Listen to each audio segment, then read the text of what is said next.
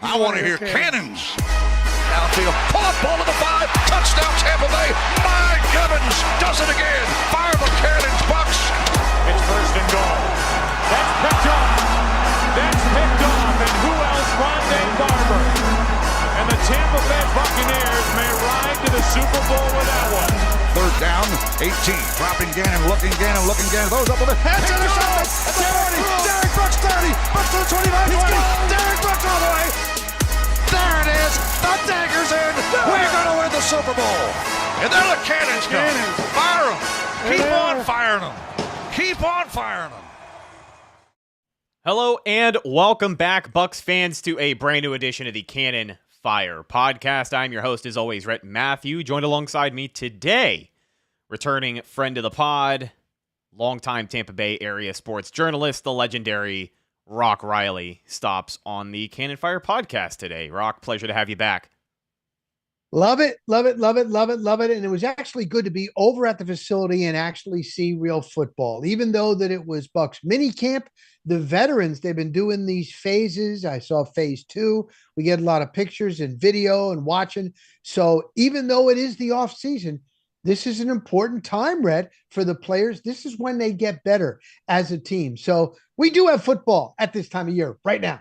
Yeah, shorts and t-shirt football is still better than no football at all. So excited to peel it back today and dive into Tampa Bay Buccaneers rookie minicamp. Yes, that's right, folks. We got our first look at not only the 2025 Buccaneers draft class, but some of these undrafted free agents, Rock, who have been creating national attention. I got to say, before we really even dive into the draft class here, just a couple of undrafted free agents off the top. I cannot remember the last time that a Bucs rookie minicamp received this much publicity and had this many people paying attention to what these players are doing. And it's not just one guy, it's a handful of guys, and I'm excited to talk about them. But let's get to this first one, kind of the elephant in the room here. Curious your take on Shiloh Sanders. He is in the facility. We all know him well, the son of primetime Deion Sanders, one of the greatest, arguably the greatest cornerback to ever play the game. I think it's hard to pick another guy as better than prime time. But Shiloh Sanders is at Buccaneers rookie minicamp as a safety. The Buccaneers picked him up as an undrafted free agent. His brother Shador drafted to the Browns in the 5th round. A lot of people had comments about Shiloh. You know, the Sanders family as a whole seems like a very polarizing topic right now. But overall, as far as Shiloh and the Buccaneers go, a lot of really positive takeaways from his minicamp and a lot of really good first impressions with the media as well, as we've seen. So you are exactly right. Usually a Bucs rookie minicamp gets no publicity. But when you get a Shiloh Sanders, Deion Sanders, Shador Sanders, 24/7, they're streaming. They've got a crew in their house in that mansion in Boulder, Colorado. You're going to have the publicity and the curiosity. And then 464-pound Desmond Watson, who lost a little bit, but is the heaviest man in the NFL. And Tez Johnson, the 7th round pick, is the smallest, lightest man in the NFL. So you got the lightest, you got the heaviest, and you got someone from the Sanders family all here. And man, Emeka Egbuka, and I'm there for his press conference in there, and Benjamin Morrison out of Notre Dame. Hopefully he's going to be a good one. And the kid, Jacob Parrish, K-State. No, everything I got was from Desmond and was from Shiloh. But as a player, and here's the one thing that he told us, he goes, I'm going to be honest with you. The Bucs were the first team, and they were the team that called because Deion, Coach Prime, called Todd Bowles. And he said, give my kid a shot. And they've watched. It isn't like, oh, we haven't watched film. And he looked at, and they went, Jason Light back and said, why not? Why don't we give him a shot? So I don't know. But you know what? He was honest with us. Because it was Rick Stroud of the Times. He's like, I'm sure you had other opportunities. What was it about the Bucs that made you want to come here? And he goes, I got to be honest. The Bucs were the first ones they called, and then we just went. So I don't know if any other teams were going to call. But based on that, even though it's underwear football, it's a chip off the old block. Look, he's not a Hall of Famer, Okay. But this is my experience over the years, whether it's baseball, football. If you see the sons that grew up when their dads were in the clubhouse, they've been on the field when they're little kids, they're around that. You can only sponge off of that. And it always seems like those kids are a little bit more mature. The moment isn't as big. And I think we got that from Shiloh Sanders. And Todd Bowles said he was out there, he was confident, he was loud, he was calling out things. And that's been a big thing with Bowles now, not only with defensive backs, with being ball hawks, communication. Remember, it would always be, oh, we had bad communication. We really didn't hear that too much last year. So that's a big thing. So the way he carried himself on the first couple of days, I think he did really, really well. I think he may have a shot. I do of maybe practice squad.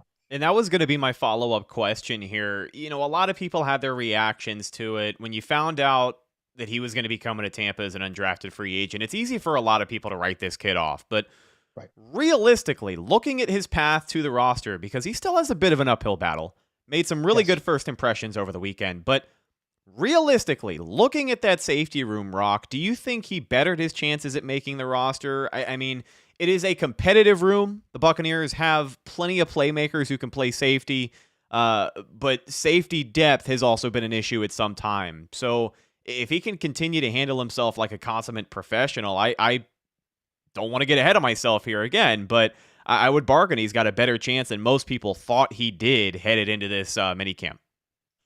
You hit it on the head because it comes down to fit. You might have a kid that's pretty talented. He just missed out on getting drafted. But usually when they pick you up as an undrafted free agent, it's because they have a need at your spot. And I think you are right. Yes, you have Antoine Winfield Jr. Looks like Tyke Smith's going to be safety. But there's other names there, but it's light. It's light. So I think of all the spots that he could have landed, I think being at the Bucs under Todd Bowles, knows Dion, I think this is a perfect fit for him. His best opportunity to get a shot in the NFL for Shiloh is right here. And the other thing, Rhett, I see it on social media too. Oh, I'm sick of the publicity. Why are you talking about the draft picks? This kid's getting all this. Oh, this kid is on camera all the time. This and this. Look, it is 2025. Most of these kids are either on Instagram. They're on YouTube. They're used to it. And it isn't like, oh, that kid is so into being on camera that he's a bad person. No, it's different now. These kids are used to this. And when he came in and he stuck his hand out to shake he walked in the room, he goes, my new media, my Tampa Bay media, because he's been used to being in the limelight since he was a little kid. And he's really polite, well-spoken, and he's all about studying. He's like, I'm going to study. And he keeps talking about winning. I want to help this team win. Jason Light loves that. When he interviews these players, the biggest thing he wants to hear from them is winning. Try to win it all. So I'm telling you what, for me, I'm pulling for him. And like you said, it's a little light there. I think it's a good spot, Rhett. Yeah, I think it's easy for people to get onto the hype train for this kid and to get excited about his chances. But Tampa was a great spot for him to land. And I do hope that he makes the roster. One, because I love the publicity for Tampa Bay. I know people love it or hate it, whether you like the social media posts or not. I've never seen the Bucs posted more outside of the Tom Brady era, right? So I love seeing that keep this franchise in the spotlight. But on top of that, you want to see the guy make it. I mean, he's the son of the greatest defensive player, arguably. I mean, it depends on who you ask, but without a doubt, Deion defensive Sanders, back, maybe. Defensive back, or I mean, Deion Sanders, without a doubt, one of the best to ever do it. And the thing with this crop of undrafted free agents, again, there's a lot of guys the Bucs are bringing in who they're easy to root for. And without any further ado, I give you a perfect example. Desmond Watson. I cannot remember the last time I had so much emotional stock into an undrafted free agent. 6'6". I'm not going to say 464 pounds because he's cut a little bit of weight since the start of camp, and he will continue to lose weight. 400-plus pounder from the University of Florida. He's a Florida guy. I mean, born and raised, never played the game of football outside of the state, has never seen snow. I've still never seen snow. I'm a lifelong Florida native, never seen snow. But this kid is, I mean, for all the kids who grew up in this area and wanted to play football, like that is the dream. 4 years at Armwood High School, graduated 2021, played 4 years with the Gators up in Gainesville. Now he ends up in Tampa Bay as an undrafted free agent. Another guy who, let's be honest, as much as we like Big Dez and as fun as he is going to be to watch, he also, in his own way, has a bit of an uphill battle to make it onto this Buccaneers roster. I am rooting for him, but I'm curious what you've heard, curious what first impressions were of this guy, because short and t-shirt football for him, he looks like he's padded up, ready to go. So I can't even imagine what he's going to look like with a set of NFL pads on him. But hoping to see him get some reps in the preseason. Your thoughts on Big Dez here? Yeah, I think he has a very uphill battle, but I think anyone that watches him and listens to him is going to pull for him. He kept talking about his mom and his support staff. And not only did he play high school football here in Tampa, and then, of course, not leaving the state with the Gainesville. He's like, he played little league. He called it little league. Now, whether it was Pop Warner or whatever, he played that in Tampa. And he goes, it's a movie script. Yeah. And I was asking him, and he goes, I said, you're still smiling. And he's like, it's surreal, man. I couldn't be any happier. But he also said he doesn't want to be known, the narrative of just, he's the heaviest man in the NFL. He wants to be known as a football player. I will say this, for 437 pounds, roughly that's where he is right now, and hoping to get down a little bit lower. I can't imagine he's going to get below 400. I don't think that's going to be a possibility. But he is pretty light on his feet. And it wasn't like he did pretty good. And he thinks by playing with the Gators and in the SEC is helping him. He was like, it wasn't that big of a transition. And I was kind of surprised. But, and then when we talked Balls was like, look, it's way too early. We're just trying to figure out a plan with our nutritionist and with our training staff on how we can just get him on the field for certain situations. He was talking to Vita, and Bowles said, we didn't get him just for the tush push, because that's what everybody thinks. And, I posted, we got to get a name for this guy. And I guess there's some guys in Gainesville, and they got on me, where I guess you're new around here. He is the tush push Terminator. I'm like, well, not a lot of people, not everybody keeps using that. I'm like, the fridge or prime time or Megatron, or that's a little long for announcers, but whatever. But here's the other thing too. And I was reading this. He didn't tell us this, but he's done a lot of stories because everybody wants to talk to him. Can you imagine this, Rhett? He's so used to eating. Okay. He said what he's trying to train himself to do now is when he goes and gets gas. Mm-hmm. Did you see this? He pumps the gas and do not go in there because there's snacks in there. He's got to tell himself, just pump the gas, and get in the car and go. He goes, also, when I'm going to go somewhere, don't pull over to the side of the road and start eating. I got to go to right where I got to go. And I'm like, wow. So, I mean, he's coming from a different headspace.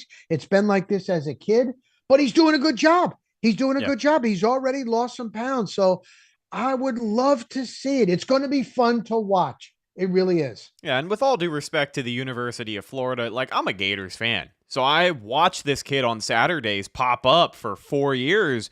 And the entire time, I remember his freshman year, everybody was really excited. Look at this kid, he's a monster. Imagine what he's going to look like his senior year. And then he didn't really lose any of the weight. So I have to imagine an NFL nutritionist is going to keep him as responsible as he possibly can be. But that's a big factor into him potentially ending up on this Buccaneers football team and on this Buccaneers defensive line playing on Sunday afternoons next to Vita Vea. In a perfect world, we're sending 1,000 pounds of linemen at the quarterback. That's what I would like to see, and that's exactly why I am rooting for this kid. Also a fella Florida guy. Right. You got to love it. But let's talk about one more undrafted free agent. And this guy is not necessarily making national headlines. He's kind of flying under the radar. But I think he is set up in a perfect situation. And we said this a couple of weeks ago on the show. when you look at that list of undrafted free agents, I think this guy has the best chance at making the roster simply because of availability. That is the center from Texas, Jake Major, 6'3", 307 pounds. A lot of people thought he was going to be a 6th-round pick. Ends up falling out of the bottom of the draft. The Bucs bring him in as an undrafted free agent. Robert Hainsey's in Jacksonville. So, I mean, if you're looking for a backup center, I see no reason why this kid should not be that guy. And I hope he gets a fair shot in training camp. I think he does. That's a good point, Rhett, because Hainsey's gone. He was Mr. Reliable. And the last couple of years, they've been like, all right, he can maybe play, he can play center, but he is at guard. It's not ideal to be moving around. Yeah. You want to have that backup that's there just in case Graham Barton goes down. So that is a great point. I'm going to credit Rhett Matthews from Cannon Fire Podcast. If this kid makes the team, that's you're going to get credit for that, Rhett. I'm telling you right now. Listen, I appreciate it, man. We do what we can. We try to be straight shooters around here whenever we get the opportunity. Let's talk about some more of this Buccaneers draft class and some of the standouts from rookie mini camp. I want to talk about the 2nd-round pick, Benjamin Morrison, out of Notre Dame. This is a guy that, as we've all seen and as we've all heard, if he doesn't have that hip condition, probably a 1st-round pick. But he ends up a Tampa Bay Buccaneer. We get to see him out there with, again, short and T-shirt, but he's out there moving around. Todd Bowles spoke on that a little bit as well. Your thoughts on Morrison here, kind of in an interesting situation. It helps that the Buccaneers draft multiple corners, but that depth, I think he's going to have to come up big time his rookie season, regardless of where his health and that hip is at. I think the Bucs are going to need him a lot this year. I think so too. I mean, I was looking at it and I was like, ooh, safety might be a little bit lighter than corner, but what's going to happen with Jamel Dean? And you are right, Red, as a long 17 games, and we're going to find out the schedule soon, but in 17 games, you're going to have injuries, you're going to have attrition. So I think they will be counting on him. When I heard about the hip surgery, and it was like, okay, and it's to correct the problem. And he also had the other hip done couple of years back, and I was like, but they do their studying, and then he was out there, and then Bowles is like, we're hoping that he's going to be ready full go for training camp, and maybe even sooner. That was good to go. Now, he wasn't in every drill, but he was out there. He looked like he was moving pretty good, and we're only here in May, so they know what they're doing. He's very polished, great player in college, like you said, would be a 1st-round pick. I think it was good because everybody was up in arms. A lot of fans, Rhett. I'm sure you got it. Oh, they're going with a wide receiver at 19 in the 1st round. We need defense. Are you kidding me? Bowles doesn't know what he's doing. And no, now when you look at it, okay, right after they got their guy, Abuka, now you're seeing defense. So I want to see when the pads come on, what this kid's got. Yeah, and as far as Benjamin Morrison goes, I mean, let's be honest, the Buccaneers under Jason Light, they've shown in the past that they aren't necessarily scared to take a player with an injury history of some sort. We've seen it happen plenty of times over the years, but I think seeing Morrison ahead of schedule out there participating in minicamp, regardless of the amount of reps that he took, just seeing him out there is probably a collective sigh of relief. Again, I think most people expected him to be ready to go, but one, the work ethic of this guy to go out there and do what he can. He could have easily just sat around and waited till June to really start picking things up, but I think it was good to see him out there running around. Todd Bowles agreed and said so himself. Let's talk about this next corner from this draft class, a guy who arguably was one of the flashier players out of everybody this past weekend. That is Jacob Parrish from Kansas State. Couple of interceptions for the Buccaneers corner over the weekend. He made some splashy plays, and I'm going to keep saying this over and over again. I know we're talking about short and T-shirts. You know, we refer to that as the Kenny Bell effect on this show. But Jacob Parrish, you got to love what you had seen so far. He was around all over the place. So we asked him. He's been a ball hawk ever since he's played. Where does that come from? Is there things that you do? And he's like, you either have it or you don't. And he is a ball hawk. And I don't care who's quarterback. These guys are in an NFL camp. Yeah, it's not Baker Mayfield and a lot of these guys are camp meat. But I was talking to my wife about this. They are still the best. Like they still are the best from their team in college. It isn't like these are schlubs. This isn't guys off the street. This isn't Arena Football League guys. And he had a pick six on Friday. He had another pick six, and then he had another interception when they went inside because there was lightning inside the indoor facility. So 3 picks for rookie camp. I'll tell you what, man, when you talk to him, like he doesn't say much. He's very confident, not cocky, confident. And he's not big. He's not big, but he goes size. I've always been the undersized guy. So I don't look at it like that. He comes from a family, his father, they were wrestlers, and they'll start wrestling when he goes home. Like he might not look at, don't judge a book by its cover, man. He might not look like he's all built, but he's tough. He's tough and he's a ball hawk. What more can you ask for? Let's talk about another guy who popped out over the weekend, and in his draft profile, some of it compared him to being undersized. A lot of people have this guy billed as undersized when it comes to edge rushers in the NFL, but that is outside linebacker David Walker. Todd Bowles said, quote, "We saw the quickness, obviously, earlier today, and he was probably the best t-shirt and helmet player we had out here today from that standpoint, but just understanding the scheme. The terminology is different. There's a lot of things we're asking him to do differently. So to see him move around and get comfortable with that, it will be an important thing for him."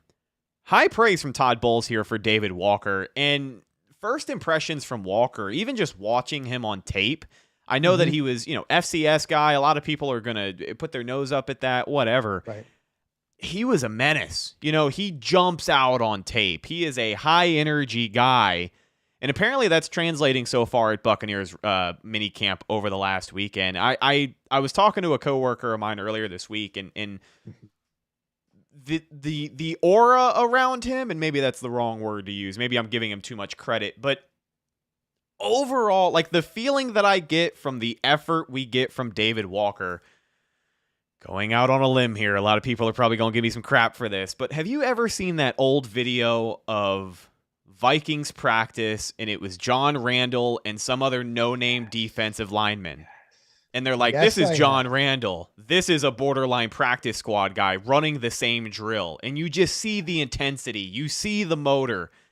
I feel like that's the kind of guy David Walker is. Now, is he going to end up being John Randall? That's not what I'm saying. But the energy, the effort, and his ability to pop on tape, all of that is definitely there. So when they drafted him and they show these calls now, it used to be you would not see in the war room, but now every single pick.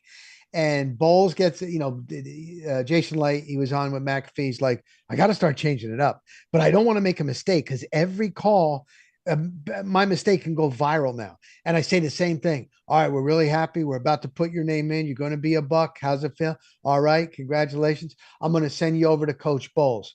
Bowles grabs the phone and he goes, Coach, I'm going to give it my all. I'm going to, and he goes, oh, I know. I've seen it. I've seen what you've been doing. The thing to me is, and this is what scouts put a lot of credence in, when you go to the Senior Bowl, if you're from one of a smaller school like a Central Arkansas, and in these drills, you're dominating against SEC, Big Ten players.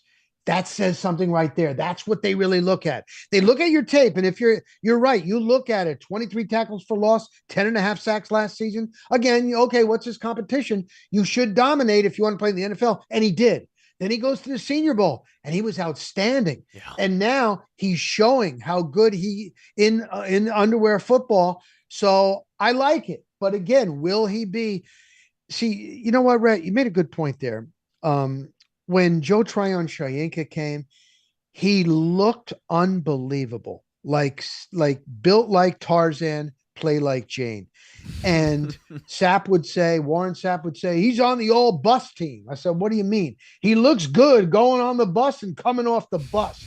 But what does he do in pads? And it was like he wasn't that confident.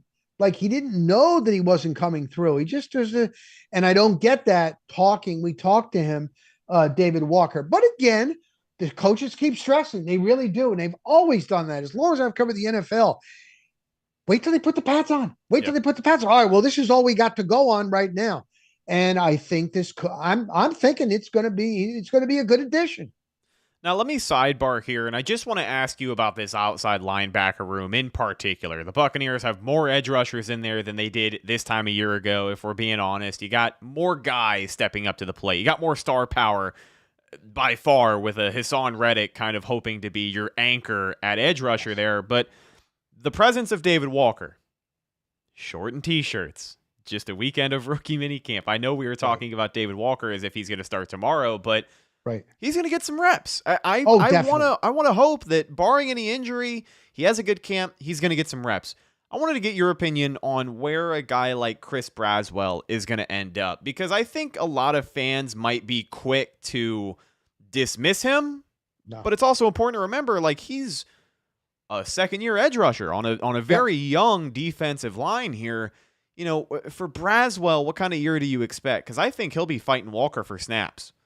I think you hit it on the head. There's the name. This is the one that takes the big leap. I really do believe that. Talking to people over at One Buc, they feel the same way. He's really worked on his moves. He's worked on his body.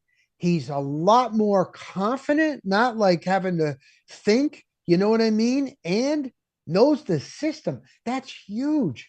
I was thinking about it, Rhett, and I was like, even offense and defense. I know Grizzard is new, but basically it's so nice to go there and have familiarity. Like when you have a whole new system, it takes a while. And the Bucs don't have that, especially on defense. So there really shouldn't be any excuses. But no, Braswell is the guy that I got my eye on, that I'm betting is going to take a leap. How much? I don't know. Having Hassan Reddick there, that's going to help. And I think having Hassan Reddick there should help Yaya Diaby, because there wasn't that veteran that had been there and done it in the NFL that they could look at. There was no JPP. You know what I mean? They were trying to figure it out on their own. There was Joe Tryon-Shoyinka on the other side. Nelson's nice, but he's a role guy coming in. So I think with Hassan Reddick there, that should help Braswell and help Yaya. Yeah, critical year for Yaya Diaby too. I'm glad that you brought him up. Really good when it came to pressures and getting around the quarterback last year. He was among the NFL's best, but the sack total obviously not what you wanted it to be. So I'm hoping for him to continue to develop. There's a lot of dogs along that defensive line. You know, without even getting into the interior, we still got Kalijah Cansey to talk about, who swore he was going to lead the NFL in sacks from the interior. I'd like to see him do it if he can stay healthy, but this Buccaneers defensive line is certainly going to be fun to watch. It feels like in one way or another, they have turned a page. Will Golston more than likely not going to be back with the team. They bring in Elijah Roberts from SMU. He's probably going to be the placement there. He was an edge rusher. They kick him inside to defensive end in this 3-4 defense, or 3-4 hybrid, whatever you want to call it. The Todd Bowles defense is what we will say for right now. But let's wrap up with one more draft pick here. This is a tiny guy. I think everyone knows who we're talking about. Wide receiver Tez Johnson had a couple of highlights on Friday and Saturday. Showed off that twitchy speed. Again, not quite the top end speed. And I think most people expected that with the 40 time being what it is. But he's quick. He's twitchy. And he has certainly made some impressive catches despite his frame. I ultimately do feel like Tez makes this team as a returner. I don't know if he makes it in the wide receiver room, but I'm curious your take on Tez Johnson after watching him for the last few days here. Yeah, some of the guys we're talking about, it might have to be special teams, and that would be Tez Johnson. You are right. Now, I was watching him catching punts, and when I was there, it was Ibuka and it was Tez Johnson. And Ibuka looked more fluid, smoother. You can tell he's done it before. I think he might be your return man. He is confident. He is cocky. I will say it. Tez Johnson. Tez Johnson. Yeah. Oh, no, Ibuka handles himself cool, really calm, well. collected. Yeah. No, oh my God. I couldn't believe it. I couldn't believe it on Zoom night, on draft night. And we get him on Zoom. And then when he got there, oh my God. But he roomed with Bucky Irving at Oregon. And pre-game, he's like, you know what I used to do to pump me up? I would watch Bucky Irving highlights as a Buccaneer. He always made guys miss. He was doing it, and that pumped me up. But he's very, very confident. And you know, his size. And there was a reporter that asked Bowles, this was funny. And he goes, well, you know, he's a small guy, but he looked faster out there than, you know, his time. How did he look? Did he look fast? And Bowles goes, a guy that size has to be fast. Like, you can't have a guy that size and be slow. So I thought Bowles has got like this dry sense of humor. A lot of fans don't get it, but the Bucs put out a video. I don't know if you saw it, one of those shorts. It was funny where they're setting him up in the locker, and his locker is right next to Mike Evans. And Evans usually has his locker here in a corner, and then some of the veterans, regular season, they have a second locker. And like Brady had it, Baker's got it, and there's nobody there. And they're putting the kid. So they're telling him, here's your cleats. He goes, oh, I got fan mail already? And then he turns and he looks and he's like, oh, that's mine. He goes, oh, I don't want to bother him. I don't know. And he goes, hey, you got to double up until we have these cuts. So can you imagine this kid? I mean, I know he's cocky, but now he's next to Mike Evans. But seriously, I like the pickup again.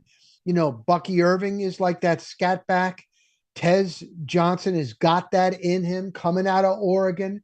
Ibuka, for now, he can play all three spots, but I think he's going to be the slot. That way, there's not so much pressure to have Godwin back right off the bat. Don't rush him back. I think you're going to need him, Rhett, in the playoff run or late in the season. So I like it. Everybody wanted all defense. Can't go all defense. That's why fan is short for fanatic. But you know, everybody, I guess, Rhett, everybody at this time of year, they all love their draft picks, right? You notice that? You know, I got to say, it's been very easy to fall in love with this Buccaneers draft class. I was just like everybody else on night one, round one, pick 19, when they take a wide receiver, Emeka Ibuka, the entire stadium went, what? And it was like they sucked the air out of the draft party that night. And I think everybody was taken back. You do a little bit of research, you see how the rest of the draft class shakes out. Now everybody is a huge fan of this guy.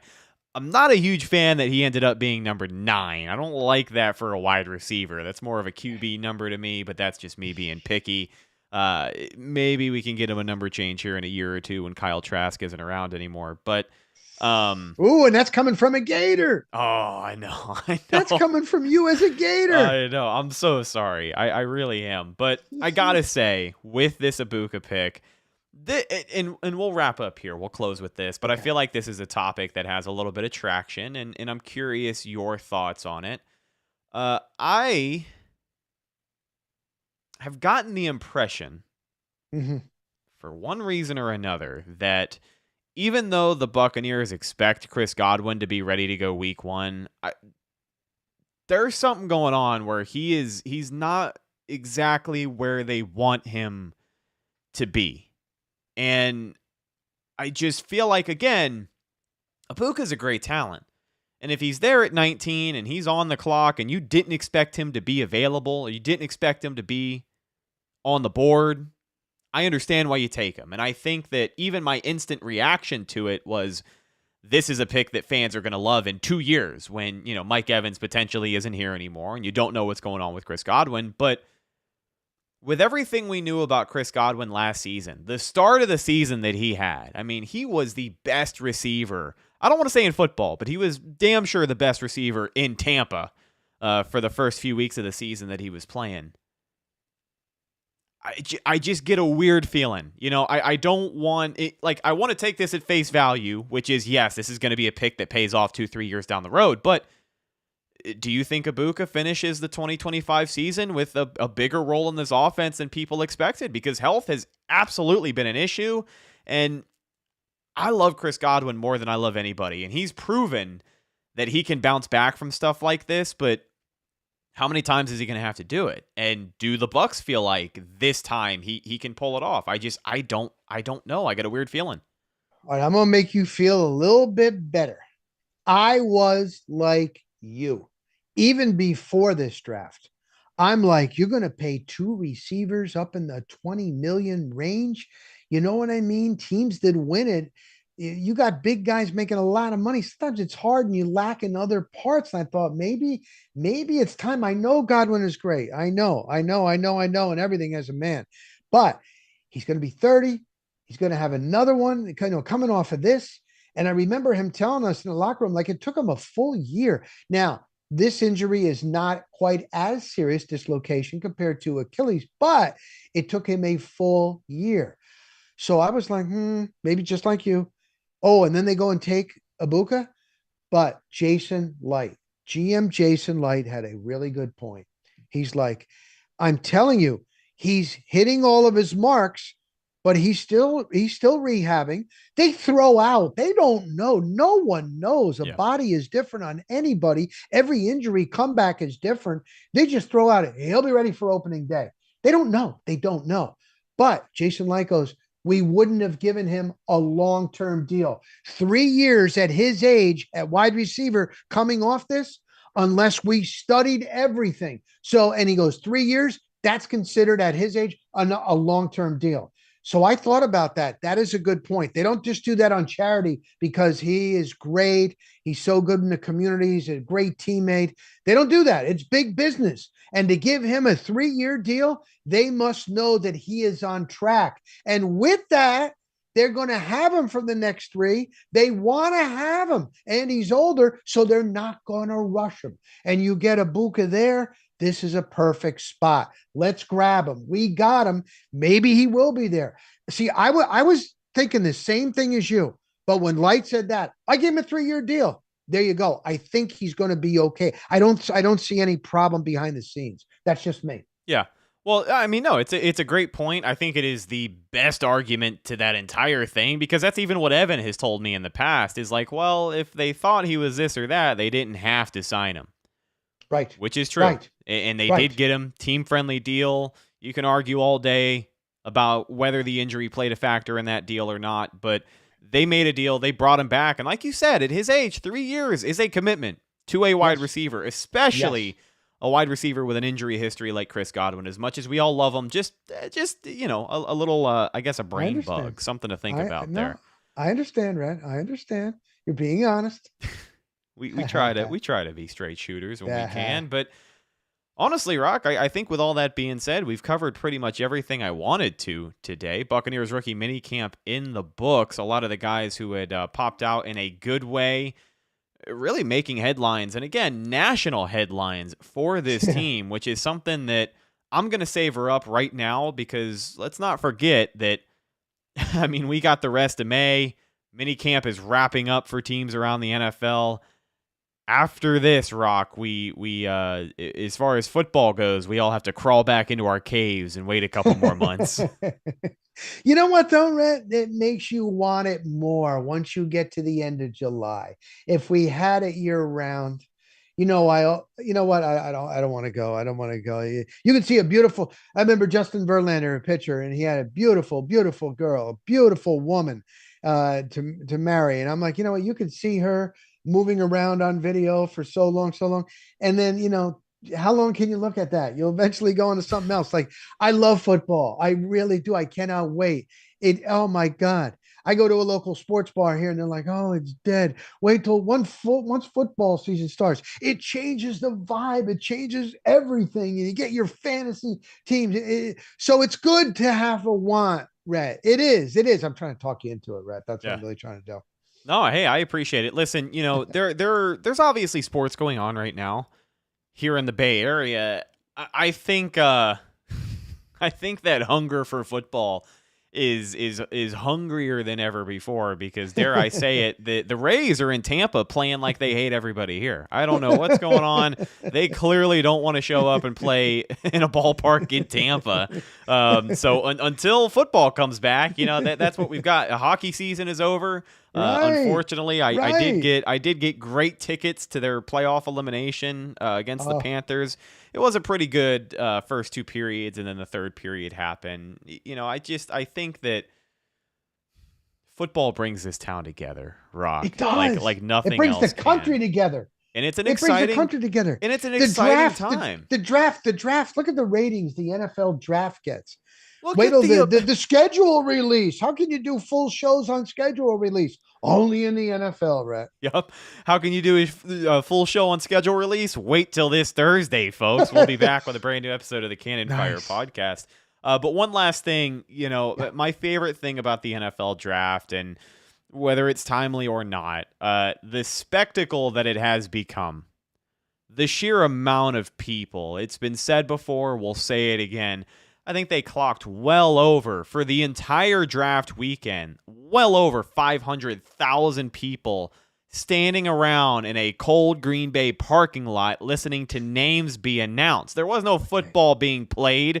There were no guys in uniforms. There was no tackling. There was no ball flying through the air. It was players getting their names read.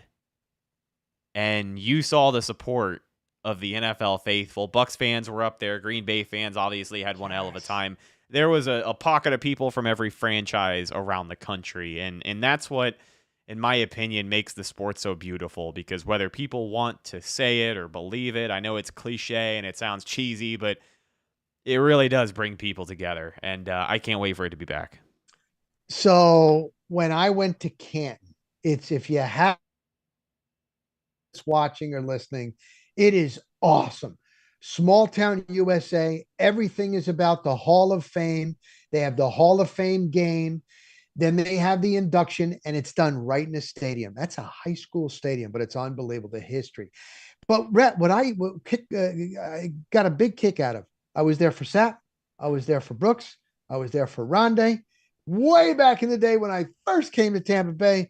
And I went with this gentleman, Jack Harrison, listeners from 970 WFLA, to Leroy Selman's induction. It was outside the old, they still have it there. It's iconic, this building, but now they've expanded. But when you go for the induction ceremony, it's just speeches, Rhett. There are fans wearing full uniforms. There was a Dallas Cowboy fan. We were back where media was. We were in the back, and he was sitting in the back row there. He was next to his wife. Now, she was dressed normally. He had on the cleats. He had on the full pads. He had on the shoulder pads. He even had wristbands, and he had the helmet on. And he was sitting there with his wife, who was dressed normally for the entire thing. And he wasn't the only one. I saw a Minnesota Vikings fan dressed in full uniform just to hear speeches. I don't think you get that anywhere else, Rhett. I really don't. No, you really don't. People come far and wide, and it's a spectacle. And I completely understand. But ladies and gentlemen, that's just about going to do it for today's episode of the Cannon Fire podcast. Want to thank you, Rock Riley, for coming back on the show. You're welcome anytime. We're going to have you tons of times. Until you say no to one of my text messages, we're going to continue to have you on the show. That ain't happening. Ain't happening, Rhett. You're a good man, and Evan too. I greatly appreciate your time. Where can people find you and your great content?